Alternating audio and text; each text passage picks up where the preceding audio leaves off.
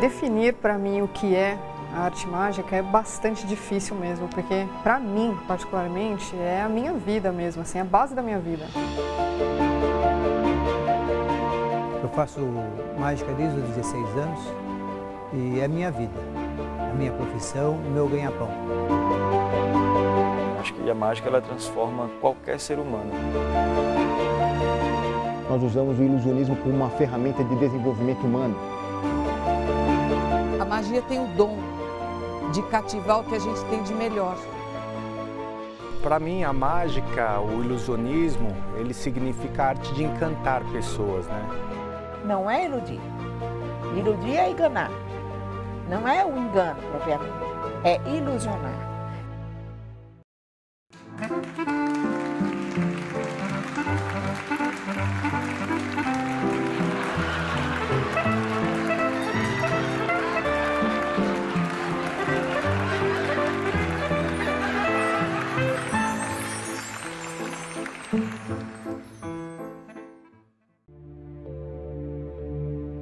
Mágica é uma arte, é uma linguagem cênica também, que se utiliza de recursos, muitas vezes recursos científicos, né, da mecânica, da ótica, da química, tudo, intercalado com técnicas teatrais, com o intuito de realizar o impossível. São muitas coisas, mas o que eu acho mais belo é o espanto, é o desconhecido, é o encanto, o encantamento, é essa distorção da realidade. Acho que o mais belo na mágica é isso, é como você fazer que as pessoas acreditem que aquilo é possível, mesmo sendo impossível.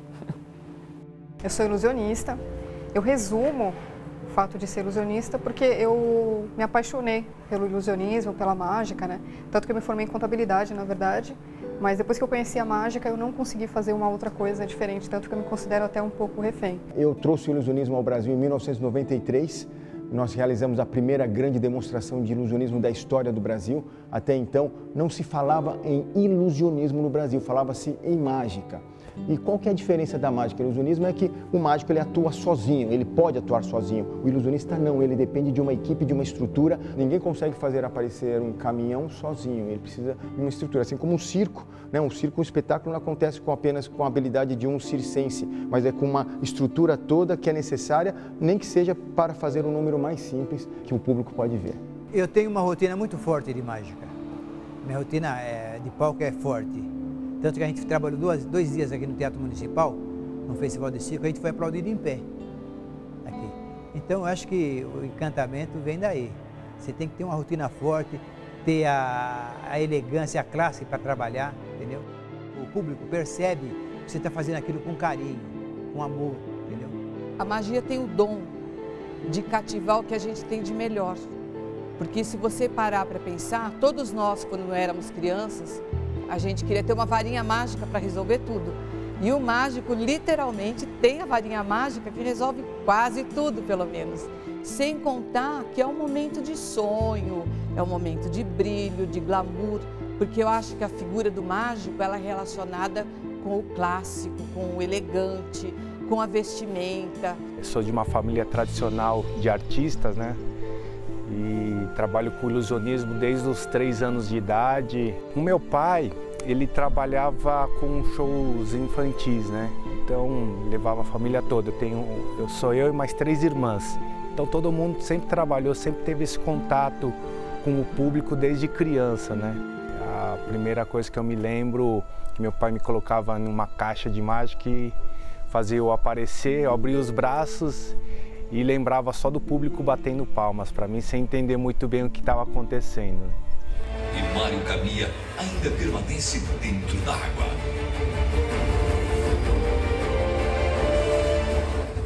2 minutos.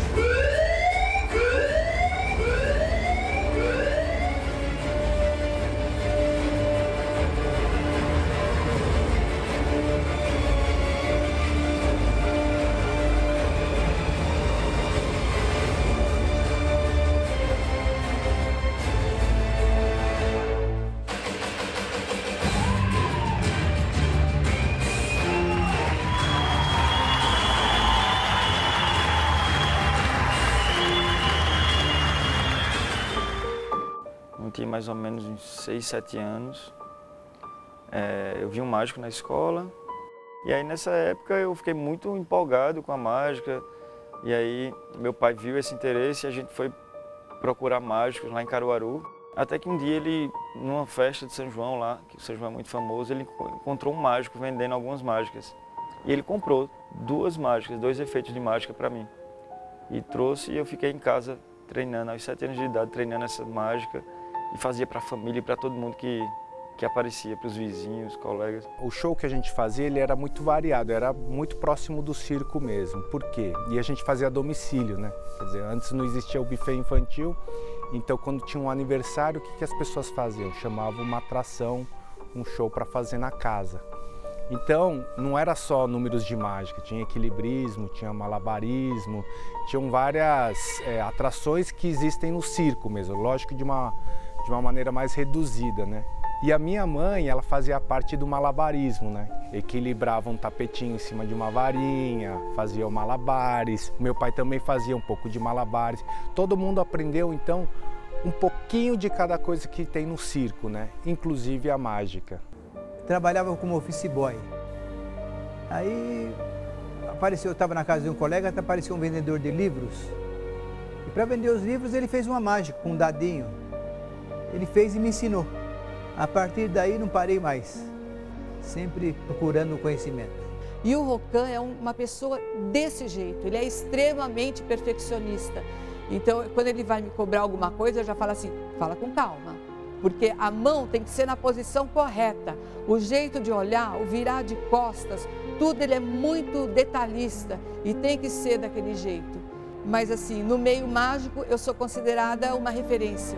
Todos os mágicos falam que queria ter uma Rani para ajudar. Eu acredito que tenham poucas mulheres fazendo mágica porque justamente não tem uma referência, pois a maioria dos mágicos que eu conheço, eles sempre dizem que começaram a fazer mágica porque eles ganharam um kit de mágica quando eram criança, ou teve um mágico na festa deles, eles tiveram algum contato quando criança e depois eles foram alimentando isso, né? Mas isso dificilmente vai acontecer com uma mulher, porque é sempre justamente uma figura masculina. Tanto que no meu caso, eu lembro de ter feito magiquinhas quando era criança, né? Mas eu nunca imaginei ser uma ilusionista, porque não faz sentido, né? Você não consegue construir isso enquanto criança, né? As mulheres têm não só capacidade, como habilidade. Precisa também chegar nessas mulheres, atrair a atenção dessas mulheres desde de um curso de iniciação, de uma oficina. Por que uma menina não pode fazer mágica? Olha só, gente, hoje eu trouxe aqui, ó, uma imagem que tem tudo a ver com o que a gente está falando. Só que essa imagem aqui, ó, não dá para ver direito o que tem aqui, porque a imagem está desconstruída. Tá vendo? Ela está dividida em 4 partes e as 4 partes estão embaralhadas. Agora presta atenção no que eu vou fazer.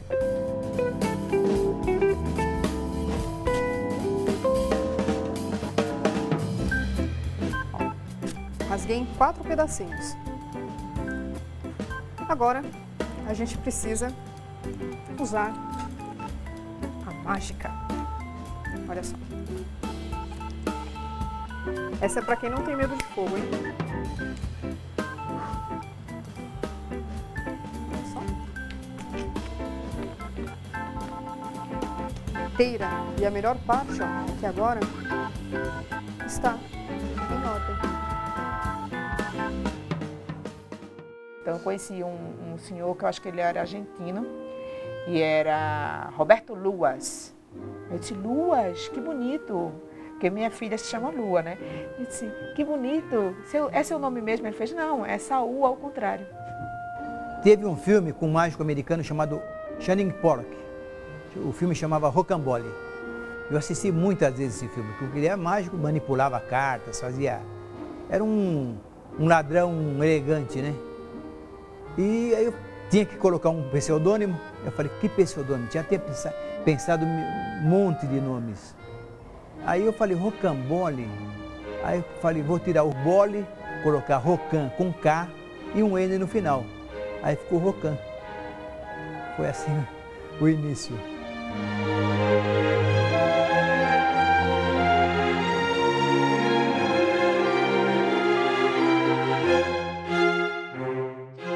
Antigamente o mágico ficava mais dentro do circo e as pessoas sabiam que para ver mágica elas tinham que ir no circo. Hoje em dia você pode buscar mágica onde você quiser. Você pode buscar um vídeo no YouTube, você pode buscar no teatro, né? O que falta, eu acho que um pouco aqui no Brasil, é quantidade, né? Então, se você estiver em casa e quiser assistir um mágico no teatro, talvez você não tenha tanta facilidade, dependendo de onde você mora. Então, precisaria ter mais mágicos, mas eles podem estar em qualquer lugar. Inclusive, tem mágicos que fazem mágica na rua. O mágico nunca foi considerado um artista de circo. Foi considerado um artista mais de teatro, show, boate e tal. Então, a gente entrou no circo de bico. Infelizmente, não tem mais mágico no circo, porque os mágicos com uma rotina profissional já estão em fase de extinção. É difícil você ver um mágico que tem um número que entra para trabalhar. É difícil. O pessoal está mais fazendo close-up, cartomagia e tal. Então, é por isso que os mágicos estão se afastando do circo.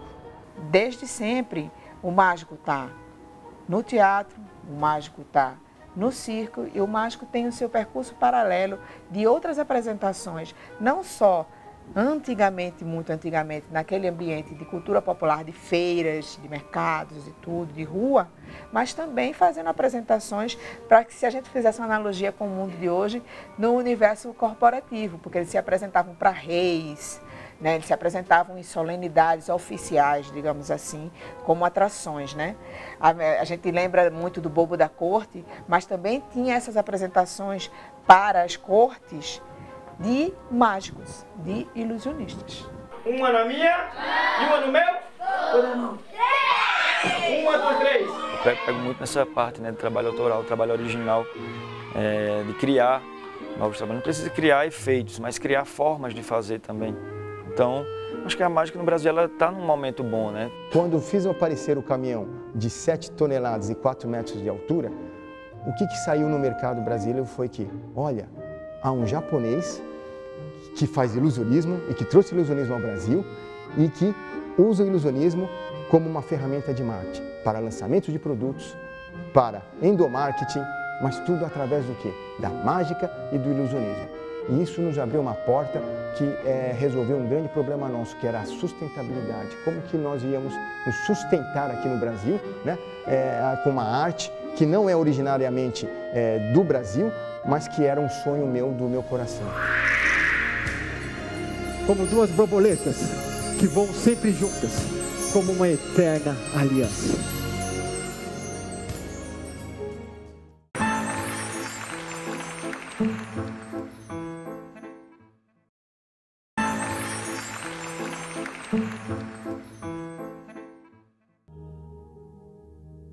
Eu sempre tive muita sede de aprender, nunca tive dinheiro, né? Porque os equipamentos de mágica costumam ser bem caros.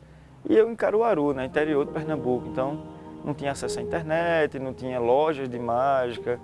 De vez em quando eu encontrava um mágico assim que estava de passagem, ele me vendia, às vezes me dava também algumas revistinhas, uns boletins que para mim era um tesão ficar vendo aqueles equipamentos ali, o preço. Só de estar vendo o equipamento e o preço para mim já era uma satisfação, assim. E eu não tinha muito que evoluir, então era muito moedinhas, né, que eu ficava brincando, baralhos e os acessórios que eu tinha.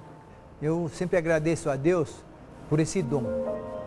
Porque tem muito mágico que compra os aparelhos de mágica e simplesmente fazem a mágica. Eles não são artistas, entendeu? Uma pessoa que compra uma mágica, ele simplesmente faz a mágica. Ele não tem um gesto, entendeu? Uma apresentação, sabe segurar um copo, sabe segurar um lenço, entendeu?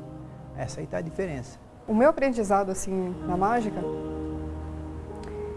não foi tão difícil quanto era antes, porque a gente já tem bastante acesso a muita informação, né, hoje em dia, sobre qualquer assunto que a gente quiser saber, né? Mas eu acho que tem uma dificuldade ainda, se a gente pensar no sentido de que não tem cursos, assim, não é fácil você decidir que vai ser um mágico, e você não tem um lugar que você vai lá e se forma em mágica, não é tão fácil como outras profissões, por exemplo, né? Mesmo eu estando numa família de mágicos, conhecendo vários mágicos, na época era muito difícil, não é que nem hoje. Hoje é muito mais fácil você ter um contato com a mágica. Você entra na internet, você tem todo tipo de mágica ali à sua disposição. Mas antigamente a gente tinha aqueles vídeos VHS, né? E para mim também, o meu pai ele já tinha uma oficina onde ele montava os equipamentos dele. Ele passou esse conhecimento para mim, eu comecei a montar os meus próprios equipamentos, que é uma coisa muito difícil. Primeiro é para você passar para um marceneiro, por exemplo. Uma ideia de um número de imagem, de um equipamento, é difícil você passar. E para construir é mais difícil ainda, né? Então meu pai ele passou todo esse conhecimento e até hoje eu construo parte dos equipamentos de ilusionismo. Pode voltar a mãozinha aí, ver se a mãozinha está inteira.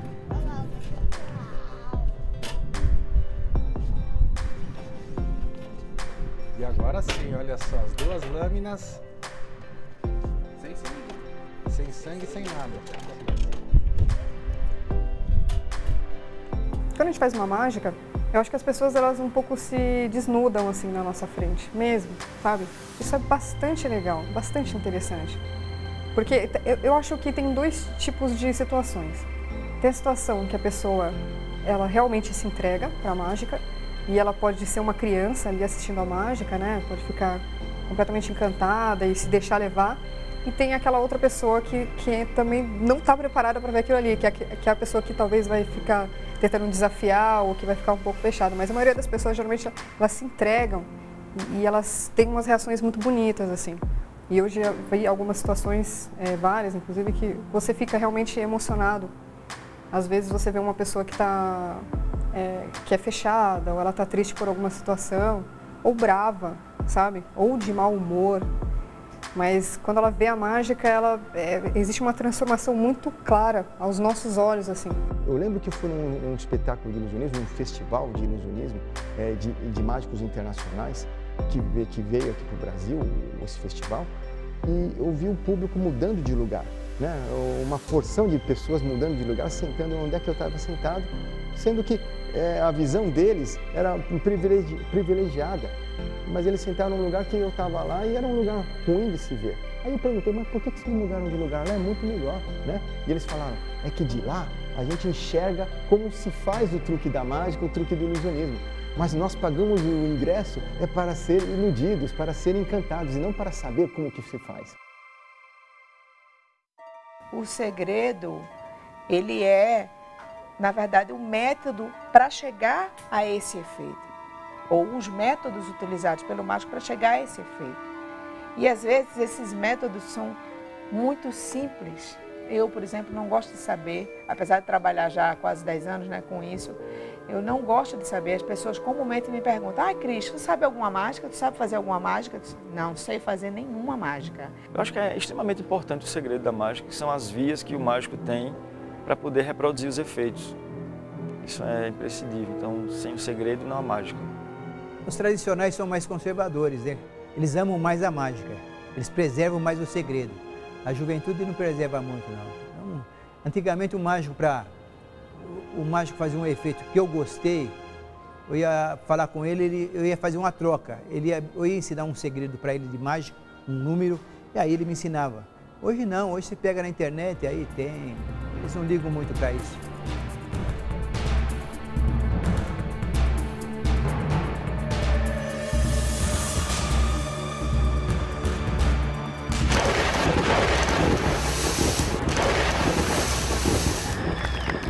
Parte do mundo do ilusionismo você fazer números onde você enfrenta a morte. Os maiores mágicos, os maiores ilusionistas do mundo fizeram isso, né? David Copperfield, Houdini foi o mais famoso mágico que fez números de risco de vida, Criss Angel, ou seja, todos esses mágicos atuais e ilusionistas atuais, pelo menos um número perigoso que pode lesionar a mão, ou lesionar o corpo, ou mesmo levá-lo à morte, faz parte do seu repertório.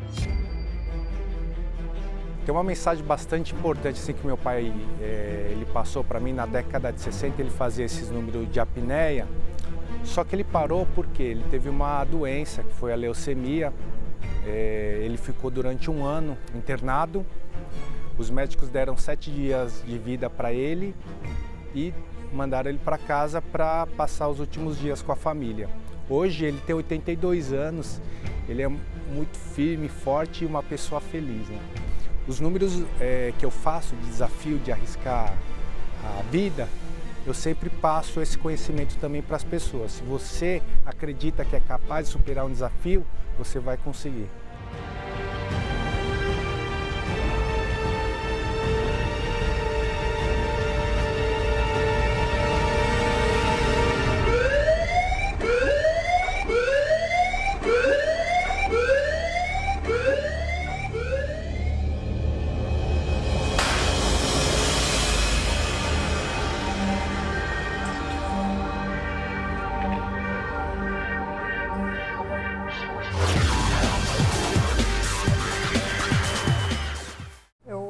Era muito pequenininha, mas eu assistia o Bozo, muito pequenininha mesmo, assim, tá? E aí voltou, né, pra TV, o Bozo, ele ficou acho que 4 meses no ar somente, mas voltou recentemente. E eu fui ao programa do Bozo. Mas se eu te disser que eu estava lá para fazer mágica, alguma coisa do tipo, é mentira, eu queria conhecer o Bozo, né? Fantástico isso. E eu pude ir lá conhecer e tudo mais, né? E aí eu queria dar uma bitoca no nariz do Bozo. E eu lembro que ele não conseguia fazer isso, né? Porque ele estava gravando e eu não podia de jeito nenhum interromper. Mas aí depois, quando eu estava fazendo a apresentação, ele perguntou para mim, né? Ele falou, você está feliz, Cláudia? Eu falei, estou feliz. Aí ele falou, você está feliz? Então dá uma bitoca no meu nariz. Assim, foram segundos, mas eu tenho certeza que eu voltei até 4 anos de idade, assim. E é uma coisa que eu devo à mágica. Se a gente estiver feliz, em boa companhia, viajando, passeando, não precisa de mais nada, né? Quer dizer, se tiver, ó, um pouquinho de dinheiro, ajuda também, né? O que eu fico mais feliz, na verdade, sempre, não é o movimento da mágica, não é o efeito da mágica, é o que a gente pode reproduzir nas pessoas. Às vezes eu trabalho com o Rocan e eu fico assistindo ele trabalhar. E eu tenho que entregar alguma coisa para ele, aí eu percebo que eu atrasei 1 segundo porque eu estava derretida naquele movimento de suavidade, sabe? Eu fico olhando, me encantando a cada vez como se eu fosse público ainda. Então isso, quando eu vejo na plateia que de repente a pessoa chora, de repente a pessoa dá um sorriso ou uma gargalhada que às vezes muito tempo ela não conseguia tirar, é gratificante. Eu estou com um projeto também agora que é ensinando mágica para médicos, para dentistas, porque uma criança vai no dentista tem trauma, né? Eu mesmo tinha trauma de dentista. Então, existem processos de terapia com a hipnose, por exemplo, para dentistas, para médicos, e aí por que não mágica? Eu sempre me lembro desse dia que a gente estava se apresentando numa cidade do interior, com outro trabalho que o Rafa tem, que se chama Roda, e a gente estava se apresentando numa cidade chamada Limoeiro, que é no Agreste lá de Pernambuco. Quando acabou a apresentação, uma senhora correu para falar com o Rafa e para agradecer a ele, porque ele tinha mudado a vida dela, que ele tinha enchido ela de esperança, que ela estava com 2 filhos adolescentes envolvidos com a droga, e ela disse que ele deu para ela, com aquele espetáculo, além de divertir, de encantar, uma esperança num mundo melhor. Eu não posso trazer pessoas para a vida, mas eu posso ressuscitar sonhos de pessoas. Pessoas que não sonham mais e que agora buscam a morte, eu posso ressuscitar. Eu posso fazer com que essas pessoas saiam do pensamento da morte e venham para a vida.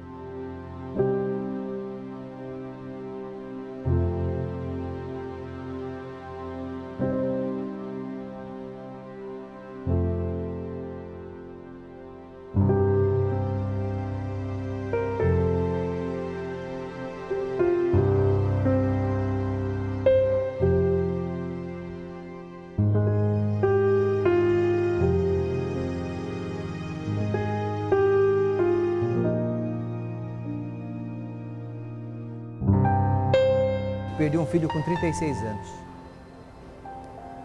E foi o enterro dele, 3 horas da tarde, e eu tinha um show num hotel em Cesário Lange à noite. E todo mundo preocupado se eu ia dirigindo até lá, se eu for. A empresária, inclusive, falou, não, fica aí, eu coloco outra pessoa. Não. Eu terminei o enterro, peguei o carro, fui para casa, peguei meu material e fui fazer o show.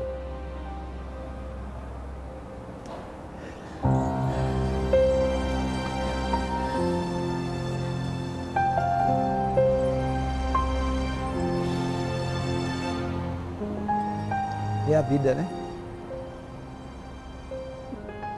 No circo é assim. O espetáculo continua.